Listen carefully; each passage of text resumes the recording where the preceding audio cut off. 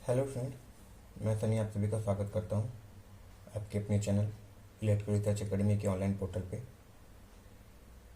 आज हम लोग एक इम्पॉर्टेंट सेशन देखने वाले हैं जो अक्सर मोटर में पूछे जाते हैं और अच्छे बच्चों की खटिया खड़ी हो जाती है जब इससे क्वेश्चन पूछता है या इसको समझने की बारी आती है तब। ठीक है, तो बहुत लोगों को समझ में ये चीज़ नहीं आती है आर्मेचर रिएक्शन क्या होता है, क्योंकि बहुत इंपॉर्टेंट चीज़ है। क्यों? क्योंकि मोटर में जो टॉर्क बनता है, घुमाने के लिए जो बलागुण उत्पन्न होता है, वो भी आर्मेचर रिएक्शन का ही भाग होता है। जनरेटर में जो ईएमएफ बनता है वो भी आर्मेचर रिएक्शन का ही भाग होता है। या फिर जो तुम्हारे से अल्टरनेटर या सिंक्रोनस मोटर में जो लीडिंग लैगिंग पावर फैक्टर होता है वो भी कहीं ना कहीं तुम्हारे आर्मेचर रिएक्शन से ही प्रभावित होता है।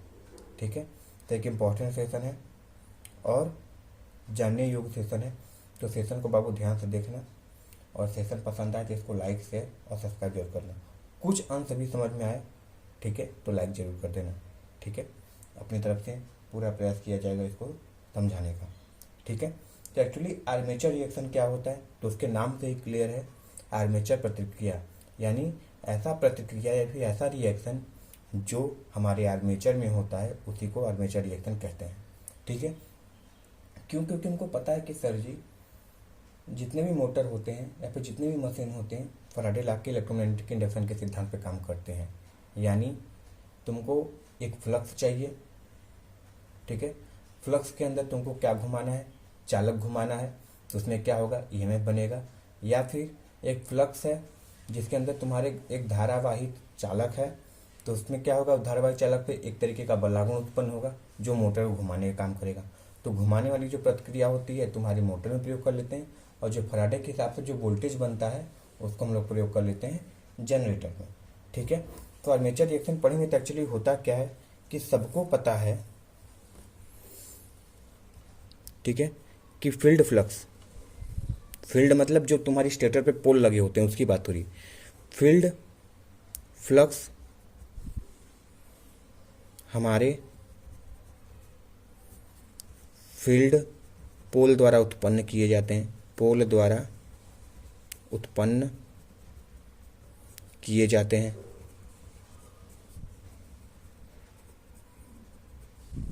ठीक है, इतना सही है। तथा armature flux, armature flux armature द्वारा, पोल बोल लो या वाइंडिंग बोल लो, आर्मेचर पोल द्वारा उत्पन्न किए जाते हैं। ठीक है, इसके द्वारा उत्पन्न किए जाते हैं। दूसरा पॉइंट ये है, सबसे इंपॉर्टेंट चीज़ है। अब देखो, फील्ड पोल को ही हम लोग मेन फ्लक्स या मेन पोल कहते हैं। ठीक है, तो अभी आर्मेचर रिएक्शन एक्चुअली होता क्या है तो सर फील्ड फ्लक्स तथा आर्मेचर फ्लक्स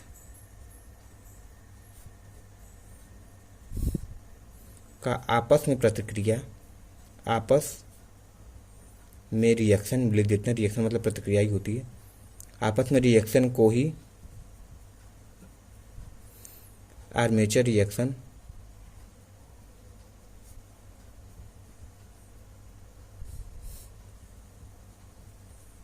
कहते हैं। ठीक है, इसी को ही आर्मेचर रिएक्शन कहते हैं। ठीक है, चलो, इसमें दो महत्वपूर्ण बिंदु होते हैं या फिर जो पॉइंट होता है, सबसे इंपॉर्टेंट दो पॉइंट होता है इसमें। दो महत्वपूर्ण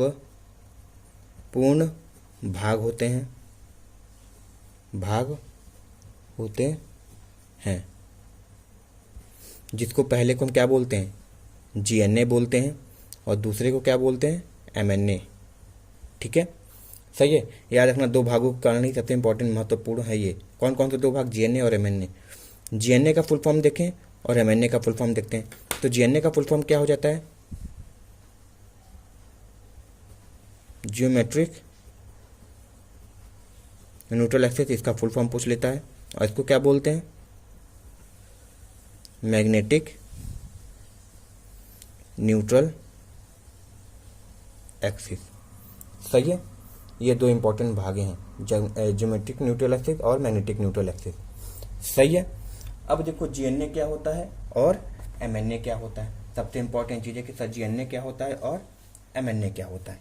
तो देखो जीएनए क्या होता है,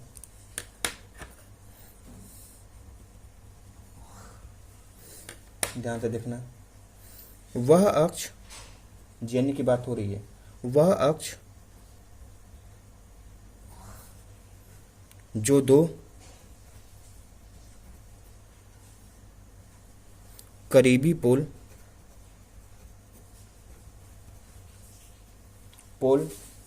के केंद्र से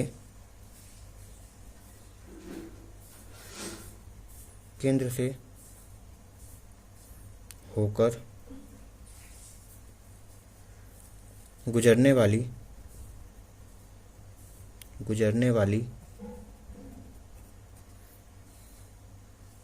लाइन को काट कर दो बराबर भागों में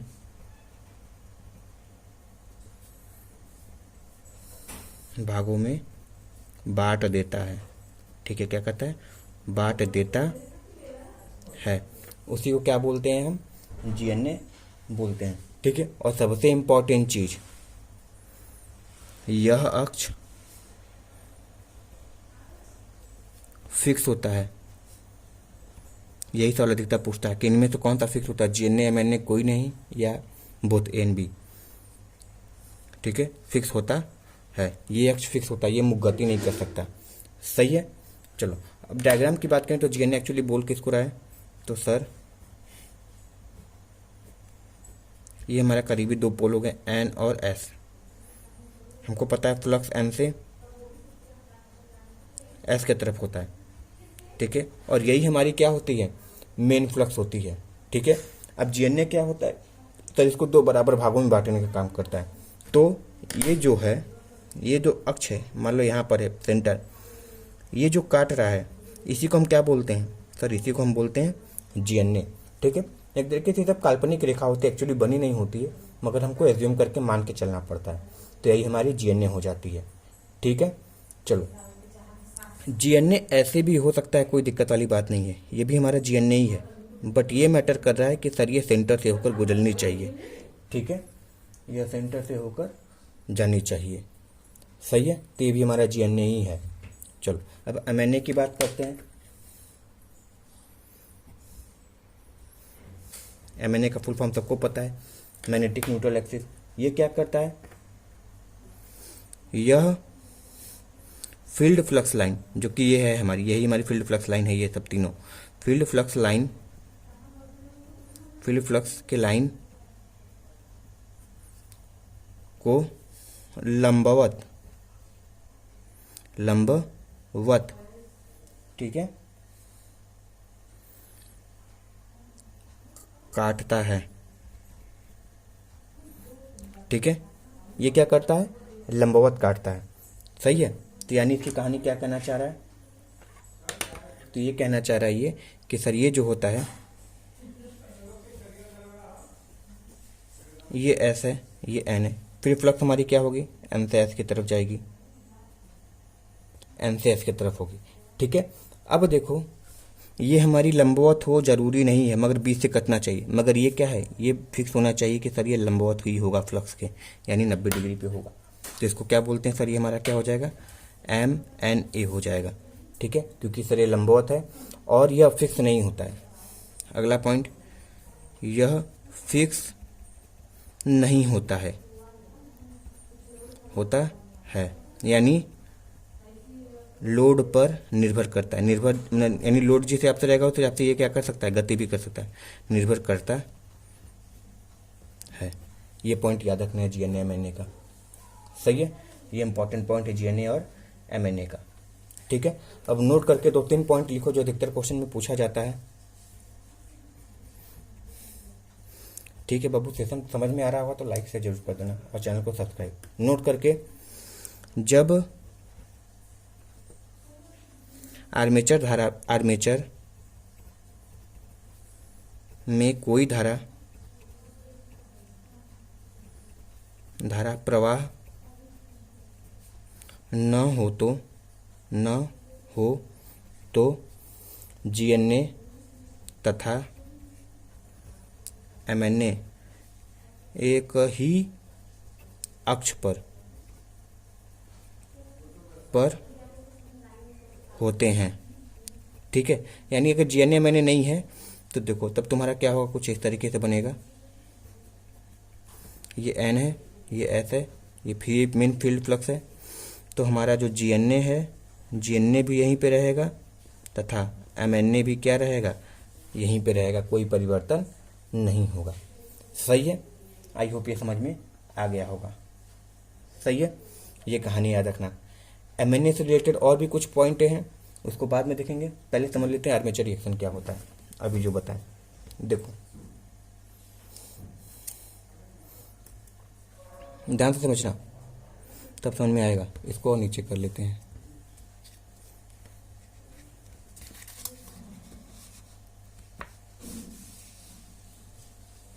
देखो ध्यान से, ये हमारा क्या है, हम डीसी जनरेटर के लिए समझा दे रहे हैं, मोटर के लिए भी लगभग यही होता है। ठीक है, बस उल्टी दिशा में बन जाता है और कोई अंतर नहीं होता है। देखो एक लीडिंग पोल, लैगिंग पोल टिप भी ये सब होती है, यानी फ्लक्स जिसको छोड़ता है वो क्या हो जाती है, लैगिंग हो जाती है, जिसको पकड़ता है वो लीडिंग टिप हो जाती है। वो दिशा पर निर्भर करता है, उसको यहाँ पे डिस्कस नहीं कर रहे हैं। ठीक है, वीडियो ज़्यादा लंबा हो जाएगा। जो मेन भाग है उसको समझाने का प्रयास कर रहे हैं। देखो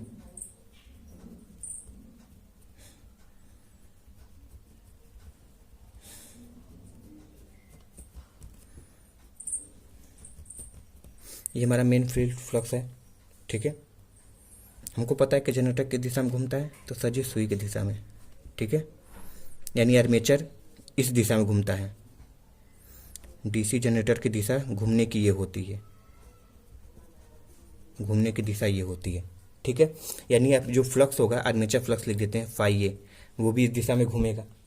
सही है, और हमारा मेन फील्ड फ्लक्स कैसे घूम रहा है, और हमारा ये जो फाई है फील्ड फ्लक्स है, फाई एफ लिखते हैं, वो इस दिशा में चल रहा है। सही है, और हम आर्मेचर रिएक्शन जानते हैं क्या होता है, कि फील्ड फ्लक्स और आर्मेचर फ्लक्स का रिएक्शन ही क्या कहलाता है, हमारा आर्मेचर रिएक्शन कहलाता है। ठीक है, यही होता है। तो देखो एक्चुअली होगा क्या, जब इन दोनों का रिएक्शन होगा तो वो कुछ इस तरीके से बन के दिखेगा तुमको। यहाँ पे बनाते हैं,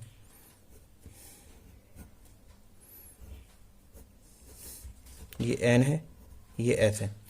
तो देखो होगा क्या, एक्चुअली तुम्हारा फाई ये बोलेगा, देखो जैसे ये है, ये तुम्हारे फील्ड फ्लक्स है, ये जा रही है, और तुम्हारा आर्मेचर फ्लक्स जो है तुम्हारा फाई ए नीचे की ओर आ रही है। ठीक है, और तुम्हारा फाई एफ ऐसे जा रहा है। सही है, फील्ड फ्लक्स तुम्हारा ऐसे जा रहा है, आर्मेचर फ्लक्स तुम्हारा देखो नीचे की तरफ आ रहा है ना, तो ये नीचे की तरफ बार बार आने का प्रयास करेगा। तो ये करेगा क्या, जब इन दोनों का रिएक्शन होगा तो एक रिजल्टेंट कैसा निकालेगा, एक तुल्यांक ऐसे निकाल देगा, न तुम्हारी ना हमारी ऐसे चलते हैं, न ये फाई एफ की सुनेगा ना फाई ए की सुनेगा, दोनों का तुल्यांक निकाल के ऐसे चलने लगेगा। यानी क्या प्रभाव पड़ेगा, और जब ये नीचे जाएगा, देखो जब ये नीचे जाएगा तो इसको क्या, ये फाई एफ, ये क्या करेगा, फाई एफ फाई ए इधर से भी ऊपर इसको उठाने का प्रयास करेगा और इसको नीचे धक्का देने का प्रयास करेगा। यानी फ्लक्स को क्या बोलेगा, मेन फ्लक्स को, भाई तुम थोड़ा नीचे चले जाओ, तुम थोड़े ऊपर हो जाओ। ठीक है, तो इसका जो तुल्यांक प्रतिरोध बन के आएगा, सॉरी फ्लक्स जो बन के आएगा हमारा कुछ इस प्रकार से बन के आएगा, ऐसे ऐसे ऐसे। यानी फ्लक्स में क्या होगा, कुछ विचलन देखने को मिलेगा तुमको। सही है, यही दिखेगा ना, क्योंकि ये वाला जो फ्लक्स है तुमको फाई ए वो नीचे मारने का प्रयास करेगा, और यहाँ से जो फाई ए है ये क्या करेगा, ऊपर मारने का प्रयास करेगा, तो वो कुछ इस तरीके से दिखेगा। ठीक है, अच्छा फाई ए क्या करता है, तो सबको पता है सर, फाई ए जो है हमारा, इसको बस ये जो अक्ष है अगर ये 8 सेंटीमीटर का है तो 20 से इसको काटने का काम करेगा। कौन, जीएनए हमारा।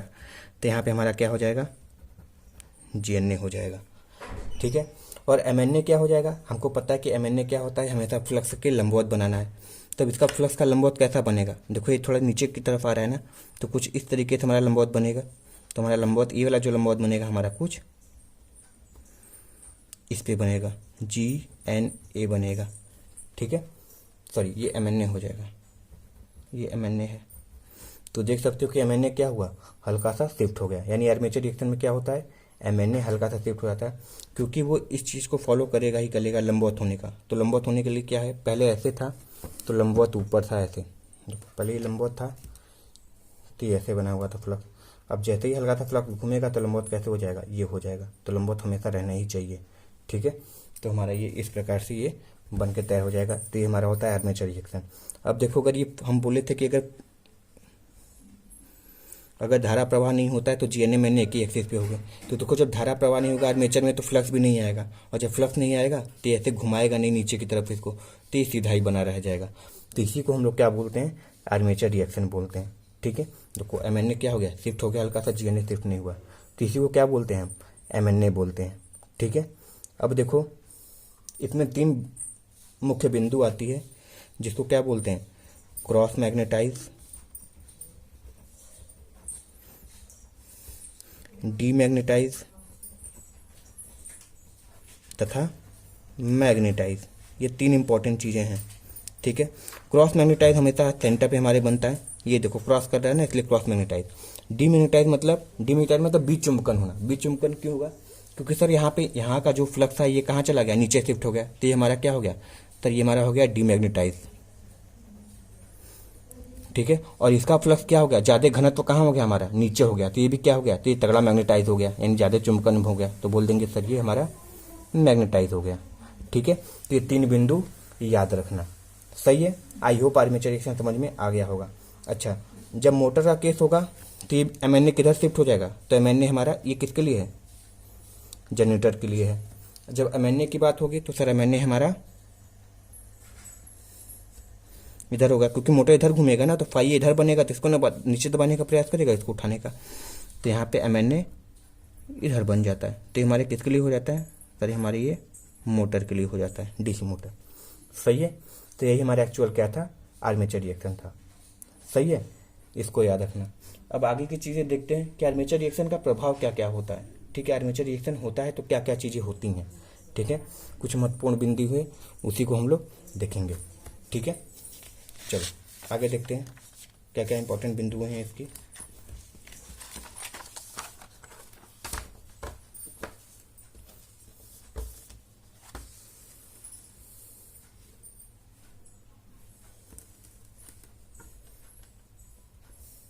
ठीक है, नोट करके इंपॉर्टेंट पॉइंट है, सारे इंपॉर्टेंट पॉइंट लिख देंगे।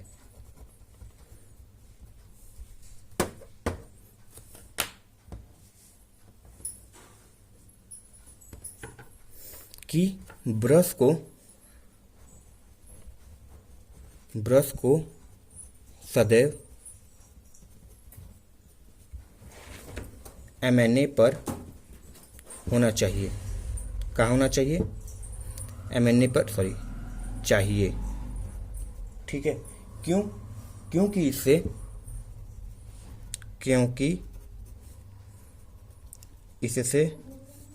स्पार्कलेस, क्योंकि जब हम लोग कम्यूटेटर का यूज़ करते हैं ना, तो कम्यूटेटर जब एसी से डीसी में बदलता है तो कम्यूटेटर पे स्पार्किंग होता है, तो इससे क्या होगा, कम्यूटेटर पे स्पार्किंग नहीं होगा और हमारी ज़्यादा देर तक क्या सकता है, कम्यूटेटर ब्रश ये सब चीज़ें या फिर वोल्टेज का नियमन भी कम होगा। स्पार्कलेस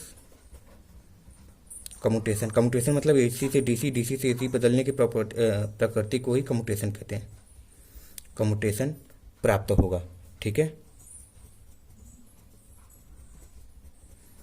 ये कहानी है एमएनए पर रखने की, ठीक है। आगे कहानी देखते हैं, लेकिन एमएनए लोड परिवर्तन पर, चेंज पर निर्भर करता है, ठीक है। लेकिन एमएनए लोड चेंज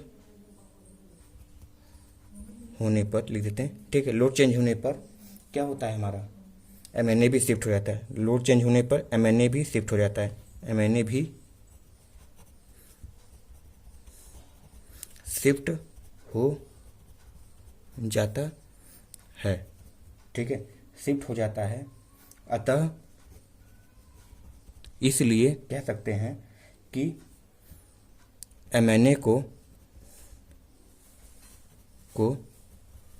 ब्रश पर रखना पॉसिबल या फिर संभव नहीं है, ये फिक्स ही नहीं रहता एक जगह। अगर एक जगह फिक्स रहता है तो इसको ब्रश पे लगा देते हैं तो स्पार्किंग कभी नहीं होती। मगर लोड बदलने के साथ आपको पहले बताएं कि लोड पे निर्भर करता है, तो लोड बदलने के बाद इसकी कहानी बदलती रहती है। इसलिए क्या होता है, ये हमेशा चेंज होता रहता है, तो मैंने पे रखना पॉसिबल नहीं है। मगर याद रखना, क्वेश्चन ये पूछता है कि अगर स्पार्कलेस कम्यूटेशन चाहिए, यानी बिना स्पार्किंग के तुमको एसी डीसी में बदलना है, तो तुम कहाँ पे रखते हो मैंने को, तो हमेशा ब्रश पे रखना चाहिए। ठीक है, याद रखना। सही है ना। अगली कहानी जो पूछता है, अगला पॉइंट याद रखना, डीसी जनरेटर में एमएनए जनरेटर के घूर्णन दिशा की ओर शिफ्ट होता लिख देते हैं। ठीक है, शिफ्ट मतलब स्थानांतरित होना है, शिफ्ट होता है जैसा कि डायग्राम में है पीछे। ठीक है, एक बार पीछे करके देख लेना। तथा डीसी मोटर में एमएनए मोटर लिखा है ना, मोटर के घूर्णन दिशा में शिफ्ट होता है। सही है, इसको याद रखना है। सही है ना। अगला कहानी, आर्मेचर रिएक्शन के कारण क्या होता है, तो सर आर्मेचर रिएक्शन के कारण हमारा इंड्यूस ईएमएफ, यानी जो जनरेटर में वोल्टेज बन रहा है, ठीक है, हमारा इंड्यूस ईएमएफ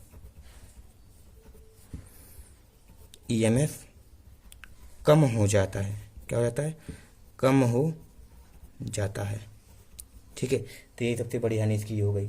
ठीक है, दूसरा, आर्मेचर रिएक्शन ही हमारा क्या होता है, कम्यूटेटर पे स्पार्किंग का कारण होता है। तो लिखना अगला पॉइंट, आर्मेचर रिएक्शन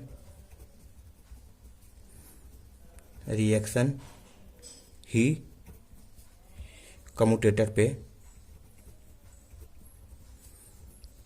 स्पार्किंग का कारण होता है। ठीक है, कारण होता है। सही है ना। तो इसीलिए हम लोग क्या करते हैं, इसको कम से कम करने का प्रयास करते हैं। आर्मेचर रिएक्शन जितना स्मूथ हो उतना बढ़िया है। सही है ना। चलो अब आगे देखते हैं। ब्रश को रखना चाहिए एमएनए पर, मगर होता किस में, जीएनए पे, तो इसको नहीं लिख पा रहे हैं क्योंकि बहुत इंपॉर्टेंट चीज़ सबको याद है। ठीक है, नो लोड पर जीएनए एमएनए सेम उसमें होता है। ठीक है, अच्छा अगला पॉइंट है,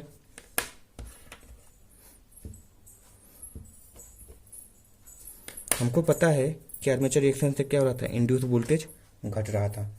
ठीक है, तो याद रखना, तो आर्मेचर रिएक्शन में कौन सा प्रभाव, तो बोलेंगे सर जी जो डीमैग्नेटाइजिंग होता है, क्योंकि फ्लक्स को कम करने का काम करता है डीमैग्नेटाइजिंग ना। डीमैग्नेटाइजिंग हमारा ऐसे हो रहा था ना, तो यहाँ पे जो फ्लक्स की कमी आ रही थी उसी को डीमैग्नेटाइज बोल लेते हैं। तो क्या होगा, यहाँ पे फ्लक्स नहीं आएगा तो ईएमएफ इंड्यूस भी कम हो जाएगा। तो डीमैग्नेटाइजिंग प्रभाव के कारण, यानी इफेक्ट के कारण हमारा इंड्यूस्ड वोल्टेज या ईएमएफ बोल लेना, वोल्टेज कम हो जाता है। क्या हो जाता है, कम हो जाता है। ठीक है, और सबसे इंपॉर्टेंट चीज पूछता है कि जो स्पार्किंग होता है वो किसी कारण होता है, मैग्नेटाइज, डीमैग्नेटाइज या क्रॉस मैग्नेटाइज। तो ये जरूर याद रखना।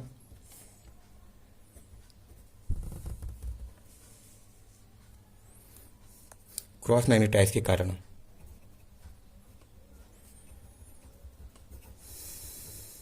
क्रॉस मैग्नेटाइज के कारण हमारे ब्रश पर या कम्यूटेटर पर, ब्रश पर स्पार्किंग होता है।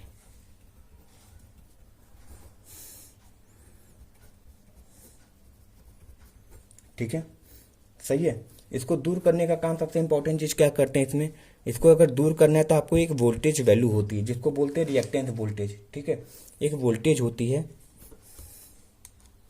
Reactance voltage.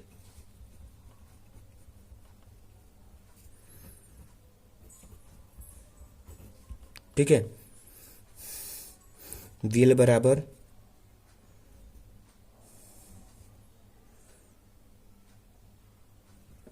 L/2I/TC, ठीक है। ये होता है, इसको तुम किसी तरह कम कर दो, इसको शून्य कर दो, क्योंकि ये हमारा क्या होता है, कम्यूटेटर पे होता है वोल्टेज उत्पन्न, ठीक है। और हम चाहते हैं कि कम्यूटेटर पे वोल्टेज बने जिसके कारण स्पार्किंग होती है। तो V बराबर L/2I/TC होता है। किसी तरह तुम इस वोल्टेज को अगर शून्य कर देते हो तो तुम्हारा स्पार्किंग भी शून्य हो जाएगा, ठीक है, सही है। तो हम क्या करते हैं, 3 वाइंडिंग का प्रयोग करते हैं, 2 वाइंडिंग प्रयोग करते हैं, जो क्या करता है, विपरीत दिशा में धारा बहाकर, अगर धारा की उल्टा दिशा उल्टी हो जाएगी तो वोल्टेज की पोलरिटी भी उल्टी हो जाएगी, तो विपरीत दिशा में धारा बहाकर इस मान को शून्य करने का प्रयास करते हैं, ठीक है। और वो 3 तरीके क्या हैं, पहले 2 तो इंपॉर्टेंट है, तीसरा तरीका लिख देते हैं। स्पार्किंग कम करने की विधि। पहला होता है इंटरपोल का प्रयोग करके। किसका, जो इंपॉर्टेंट है वही लिखवा रहे हैं, इंटरपोल का प्रयोग करके, ठीक है। एक्चुअली होता क्या है, अगर ये हमारा मेन पोल है NS NS, तो इंटरपोल जो होता है इसके बीच में ही लगा देते हैं, ठीक है। और ये हमेशा आर्मेचर के साथ श्रेणी में जुड़ा होता है, इसको याद रखना। तो जितने मेन पोल होते हैं उतने ही इंटरपोल भी होते हैं, ठीक है। इंटर मतलब बीच में लगा, इसलिए इसको इंटरपोल बोलते हैं, ठीक है। और ये हमेशा आर्मेचर के साथ श्रेणी में होते हैं, सही है। और विपरीत दिशा में वोल्टेज उत्पन्न करके इसको समाप्त करने का प्रयास करते हैं। अगला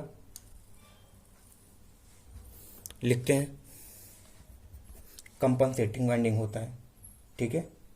अगला कौन सा होता है, कंपनसेटिंग वाइंडिंग भी होता है।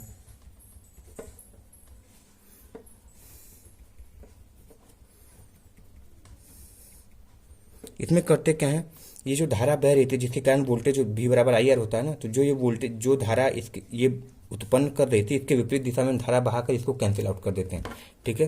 तो कंपनसेटिंग वाइंडिंग का प्रयोग करते हैं, सही है। और किसका प्रयोग होता है, तो तीसरा बात यह है कि ब्रश शिफ्ट कर सकते हैं, जो कि प्रैक्टिकली पॉसिबल नहीं है, ब्रश शिफ्ट करके, ठीक है, मगर ये वास्तविक रूप से पॉसिबल नहीं है। तो ये सब तरीके थे हमारे क्या करने के, कम्यूटेशन कम करने के, ठीक है। तो आई होप आर्मेचर रिएक्शन समझ में आया होगा, एक बार ज़रूर देख लेना। और जैसा लगा सेशन, तो सेशन को लाइक, शेयर और सब्सक्राइब जरूर कर देना। मिलते हैं नेक्स्ट वीडियो में, तब तक के लिए thank you very much and all the very best.